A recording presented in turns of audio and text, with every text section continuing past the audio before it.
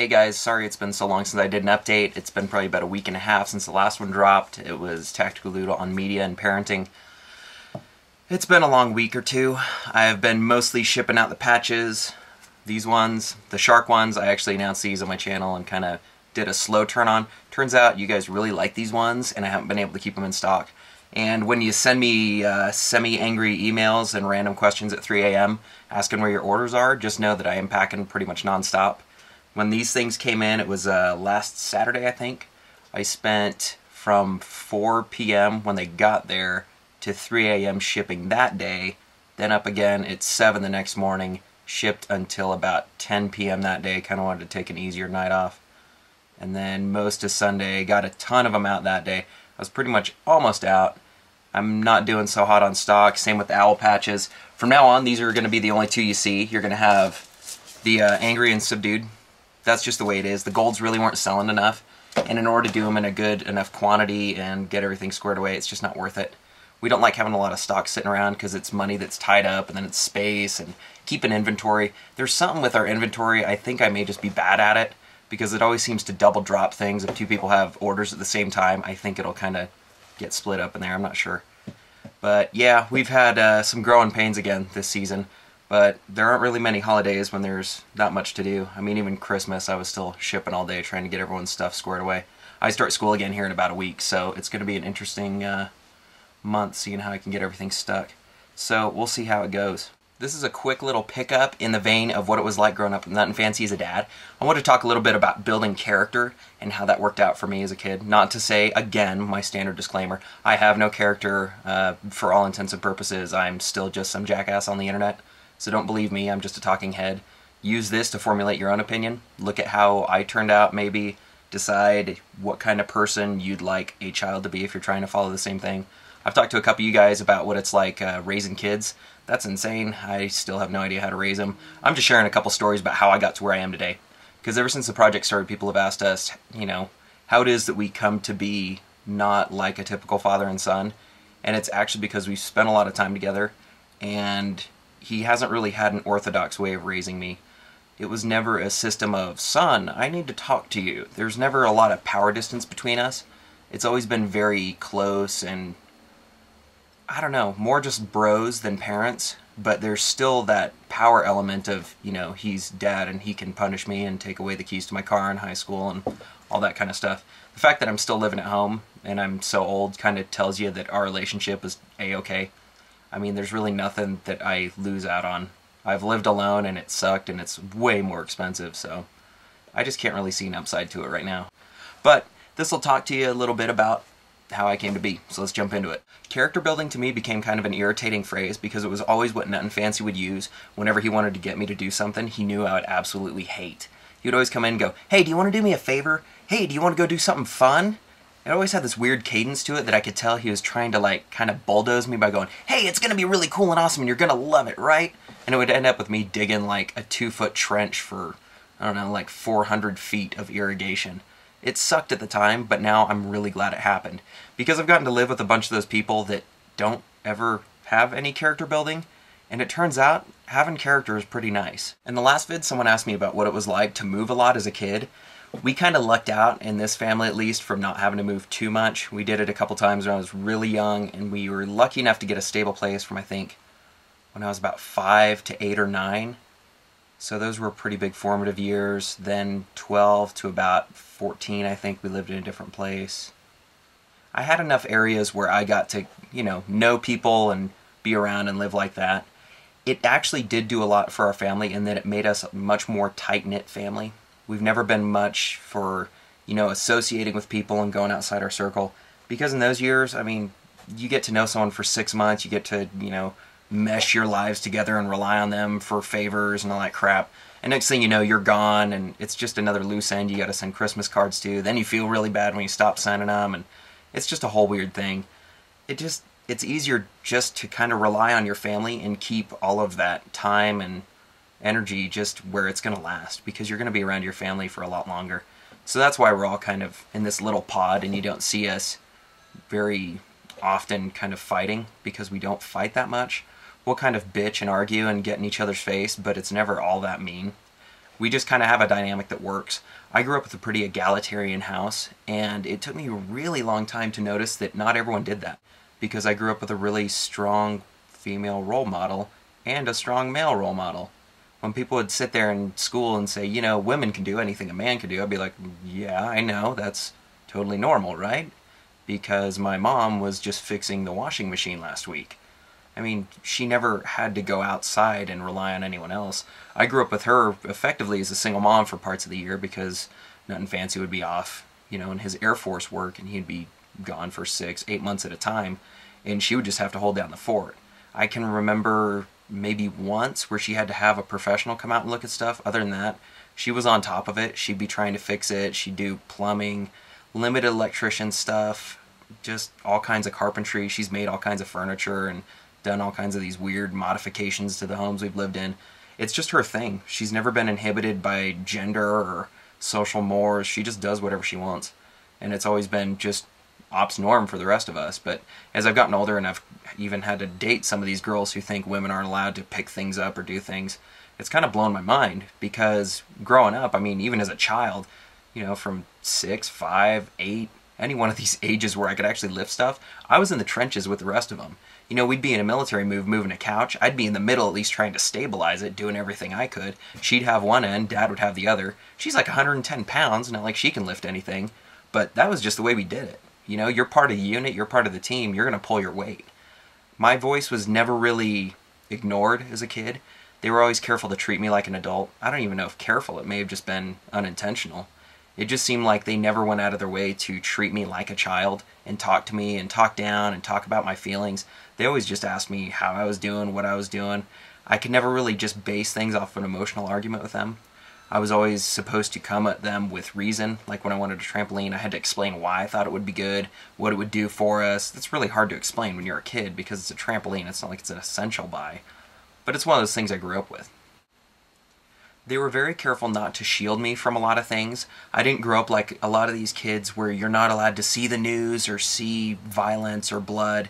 They didn't throw me to the opposite end of the spectrum either. They were careful to really make sure that I was becoming a well-balanced person. So I'd have to frame my violence in a, you know, kind of a moral system.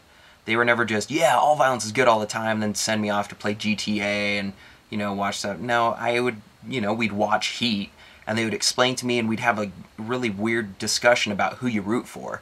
And you'd sit there and kind of feel it out. I was always taught that violence is very sobering. It's not just an action thing. It's cute to think of it in a way of, you know, the common media and, oh, things explode, and it's really cool and fun to watch. It's true, but at the same time, they were always very careful, especially Nutnfancy, to explain the force continuum and how important it is to use violence judiciously and to respect the effect that it can have on people. It's very sobering, and watch his video, Children of the Gun. He explains exactly how I was raised. For me, weaponry was a very sobering thing, and it was almost a 180 from doing whatever childish thing I could at the time. You know, I could be running around and playing, and he would say, hey, check this out. You know, once you know there's a gun in the vicinity, I was just trained. It was natural. You can still see in a lot of my videos, I'll still chamber check stuff all the time. It's just habit. I can't get rid of it, and I'm always doing it because it's ingrained from such a young age. And it always kind of made me put my game face on. You know, we'd go shoot, and you don't sweep people. You obey every law in the book about it. You don't sit there and act like a jackass, because if you do, someone could get seriously harmed. For me, that really helped me kick my responsible side into high gear, and it was really good for me to learn. I also learned a lot of other stuff. It's not just, you know, the gun stuff that you hear about in the project. That's kind of where we skew, because that's the, you know, that's what everyone signs up for.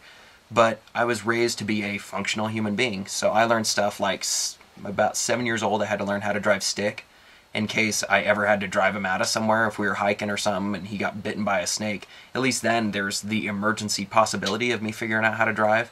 I wasn't great, but I'd be able to get us off the mountain. That's what counts.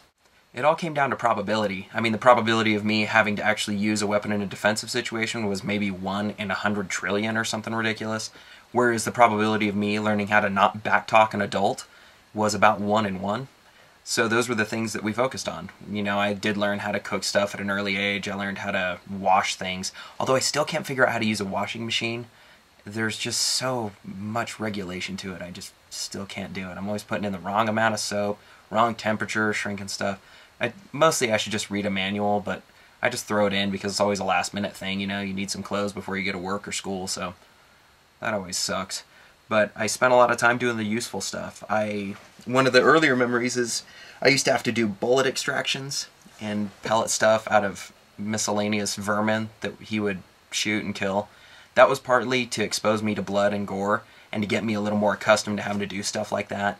So I remember, you know, like scalpeling away and having to do these extractions and kind of clean it up and get it out. It was just one of those things he wanted me to be ready for in case I was ever injured or someone ever, you know, broke an arm, which did happen later on. I wouldn't be sitting there freaking out and looking at things. To me, it was just part of life, you know, getting ready for stuff. And that's probably why I ended up later on going and getting my EMT, because I wanted to be better and more functional in that role, at least in a family, at least in a social situation. We haven't really done it as much with Suspect because he's just a different person than me.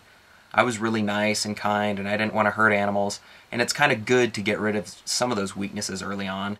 As a kid, I was never really allowed to just throw tantrums and give in to whatever emotion ruled me at the minute. I was always taught that, you know, if you did have a tantrum, just kind of internalize it and then let it out at home later. I was never one to make a scene in public places, and they taught me a lot of emotional composure growing up. It was kind of expected of me since I was one of the adults. You know, I'd go out to dinner with them, and there's nothing that really I wasn't allowed to do as a kid. I mean, I just kind of followed them. But they expected me to act like an adult, and I did just what they expected of me. I was never one to, you know, throw bitch fits and start hissing and crying whenever something went wrong. I just explained why I didn't like it, you know, would talk to them about it, and then we'd all move on. To me, that was normal. And that's actually kind of stayed with me all these years later. Really, fortitude is mental. It's kind of an idea that you set into something, you commit to it, and you follow through. It really comes down to a lot of what I did as a kid. If you look in some of the old pictures, I mean, he was a chubby little bastard. So he kind of saw that early on. He didn't want that to keep going. So from about 7 years old, I actually had to start running on the treadmill we had. And so he would set like minimum speeds and inclinations. I think it started out in the very beginning, something ridiculous, like just 3 miles an hour. And being the fat little kid I was like, no, 3 miles an hour, 2% incline, you monster. So he would make me go out, and I hated it, of course. And I'd have to do that and run, and it just sucks. You know, it sucks for a little kid because you don't really understand why. He was trying to keep me in shape and ready to run and just not be lazy, because it's good for a kid to have a modicum of suck in his life. You know, I think every child, if their parents are doing their job right, will probably hate their parents a significant portion of their youth. Not necessarily every second, but in little jaunts like these, where they're in your face and going all drill instructors screaming at you to not touch anything and run harder and keep it together. That's just the way it was. And that actually kept staying with me later and later. And there was a point where he just never even had to ask or say anything about it. I would just be running, because to me that was normal and I liked how it made me feel. You know, it kind of started me off on the right foot of, I just still instinctively, I'd run and I'll do a little bit of lifting and stuff. I mean, I love trail running and all that. It's just a part of what I do now. It's not even something that I've had to consider or start and stop. I've just always been a runner. It's been that way since I was 7. And I don't really have the body type for running. I wish I did have more of like the gangly, lerpy, lean thing going on, but I do what I can. One important lesson all those runs taught me was that you always have to be prepared. And it's kind of, it's almost a curse in some ways, because one of the most just terrible things was I would always forget to bring water. And so I would be running, and, you know, if it was convenient, he would be there still doing the drill instructor thing to make sure I wasn't cheating and, you know, holding on to the little rails and decreasing the speed. So he would be in the same room, and if I was ever slacking off, you know, he'd start getting in my face again and telling me not to be a pussy and to run harder, faster, all that. And so what would happen is I'd forget water and be like, oh, I need water. And he'd go, that's too bad. You should have thought of that beforehand. There was no... In this situation, it's so minor. Like, it's just a kid running for half an hour. It's not a big deal. I bet you for, like, the first year, I probably never even broke 1.5 miles the speeds I was going. But to me, it was torturous. But it always taught me planning. You know, he didn't give me mercy of, oh, you need water? Okay, go ahead on upstairs, sweetie. We'll take care of you. Instead, it taught me, you better have your shit squared away. Otherwise, you're going to be screwed in about an hour. And so for me, I always just started a checklist. Okay, I'm going to run. What are the things that I'm going to encounter that I want to mitigate now? And I'd sit there and I'd go through that checklist and knock it out. That stayed with me all these years. I'll like date girls that drive me absolutely insane. And it's really gotten irritating sometimes because, you'll date those girls that never ever have anything together. They have this giant big ass Barney bag of everything under the sun and a free Save the Tigers poster coupon from any participating ExxonMobil in Florida. But they don't happen to have their wallet on them or something, and you have to do that double back thing like twice in a row because first they forgot their wallet, then they need their phone. Somehow it just doesn't fit all into this impossibly large purse. Never really had that problem. Just had to learn it early on and drink nauseous, nasty-ass milk. It's just not that hard. You start planning ahead, look what you need, about an hour, 2 hours in advance, depending on what you're doing. Make a little mental checklist of everything, go through it sequentially, think about what you're going to be using, grab all that, throw it in a bag, you're good to go. Not a big deal for some people. That's where that started. The whole preparation thing and being ready for any circumstance. It starts with a little chubby kid on a treadmill. So his depussification series, that really says everything you need to know. I didn't grow up doing a lot of manual labor. I really kind of lucked out because there wasn't a lot to do. But any excuse he had to get me out there and doing stuff, he would make me do. It kind of goes back to when he was a kid and they all got together along with his siblings. They asked their dad for a pool. Remember the Vietnam vet? He flew all kinds of stuff. That guy's kind of a hard ass. He told them, yeah, you can have a pool, but you're going to start digging. And so he got out and he chalked out a line. He gave him the specs. He said, I want it this wide, this deep. And they sat out there for a summer shoveling. They had to earn that pool, and they later on ended up doing it. They got it all finished, but they dug it with their freaking hands and shovels. And they earned it. To them, it meant that much more because it wasn't something that he just dropped and, immediately they have a pool to play around in and ignore. Because all of the work that they invested into that meant so much more to them when they got their return. He kind of was very careful to pass that on to me. We didn't even get to see a snowblower, I'm sure, till I was, 14, 15?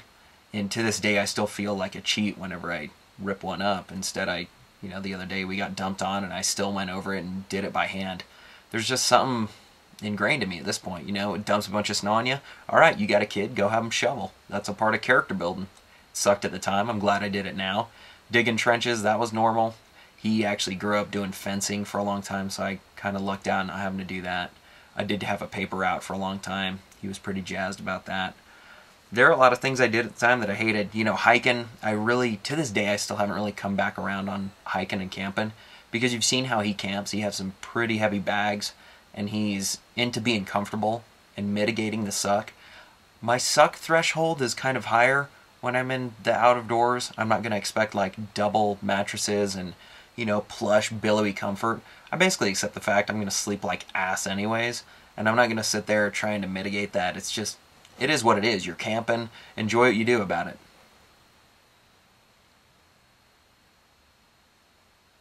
Honestly, I've never really come around on camping, mostly because when I was a kid, we used to go, and I would always get stuck still packing 80 pounds. You saw one of our camp... To be honest with you, I've never really come around on camping because so much of my camp time as a kid was spent with such heavy packs, I just learned to loathe it. We'd have 12-mile hikes and I'd have a 80-pound pack and I weighed not even 100. That just sucked for a kid. And I've never really been able to kind of totally enjoy it unless I'm packing my way and I have all my stuff. I mean, if you look at the last camp trip we did, I was carrying that whole raft on there and I think we weighed it later. It was 218 or something ridiculous. That thing was so uncomfortable to carry. The center of gravity was above my neck and about 2 feet back.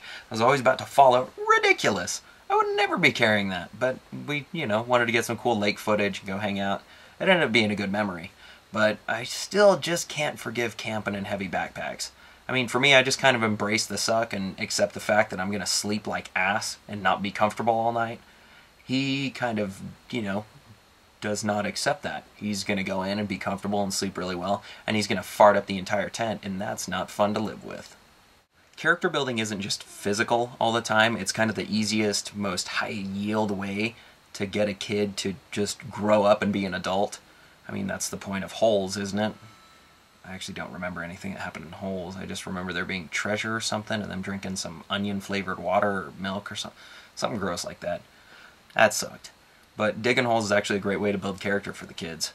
For me, I actually had to do a lot of learning, and I've touched on this in the past, but once I got to about 1st or 2nd grade, I think it was 2nd, I remember coming home one day, and Nutnfancy asked me how much homework I had, and I said none, because I'm in 2nd grade, and he was not at all pleased with that answer.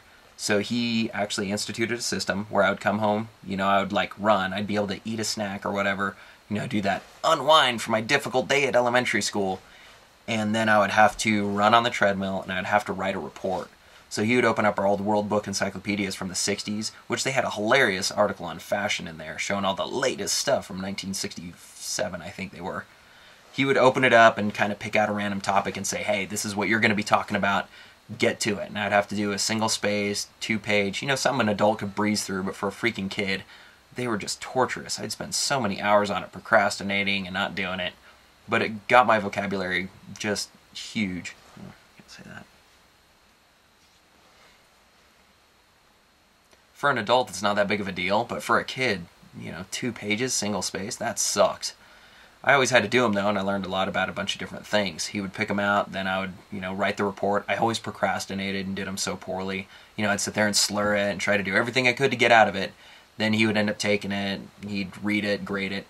I know I only got 1 A in all the years that I did it. Most of them were in like the C+ range. He was pretty strict on his grading, but after I got that done, I could pretty much do whatever. I still couldn't play video games a lot because, I always had to earn those. He always kind of dangled that carrot as like the one treat that I'd have to do crazy stuff to do. So he wouldn't just say, oh, you need good grades if you want to play Super Nintendo. He would say stuff like, hey, I dare you to eat this worm, and then you'll get Super Nintendo for a week. And so it was just kind of like this extra incentive thing. It was more like fun bets than anything, just to do crazy stuff. I mean, we always had weird, crazy games, like we'd try to jump up on the eaves of the house from the tramp. Just crazy stuff as a kid. He was a really fun dad. And that hunger for learning that I got from those reports has never really left. He always did this vocabulary thing where he would say something, he'd be like, yeah, it's kind of a tertiary thing.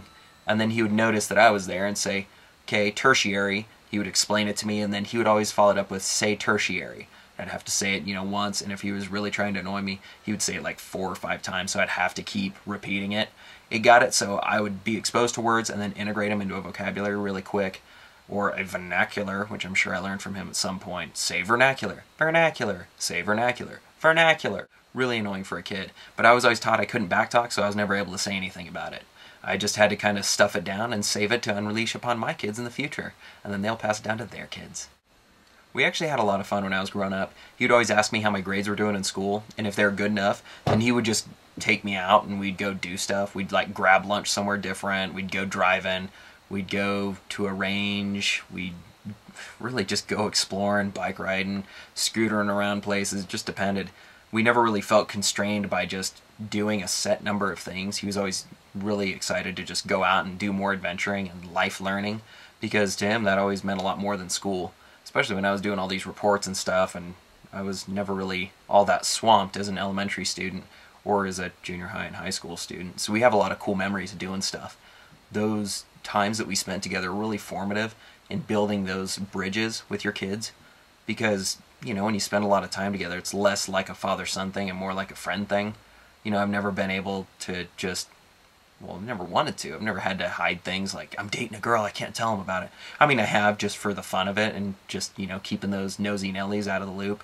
Because whenever I, end up having to bring a girl home, it ends up becoming like a giant interrogation thing where they ask her everything about her past and how many kids are in her family, what does her dad do, what does her mom do, what does her sister do, oh, do we know you guys from this place, what do you like, oh, and then they do like a whole psych eval. Like she's getting hired for the CIA. I mean, it's just a girl, and so... You know what? I'm kind of sick of listening to myself, so I'm going to cut this a little bit shorter. You know the drill. Comment, sub, all that stuff. I'll try to check them for the next week or so, then we'll be on to the next vid. Thanks for watching.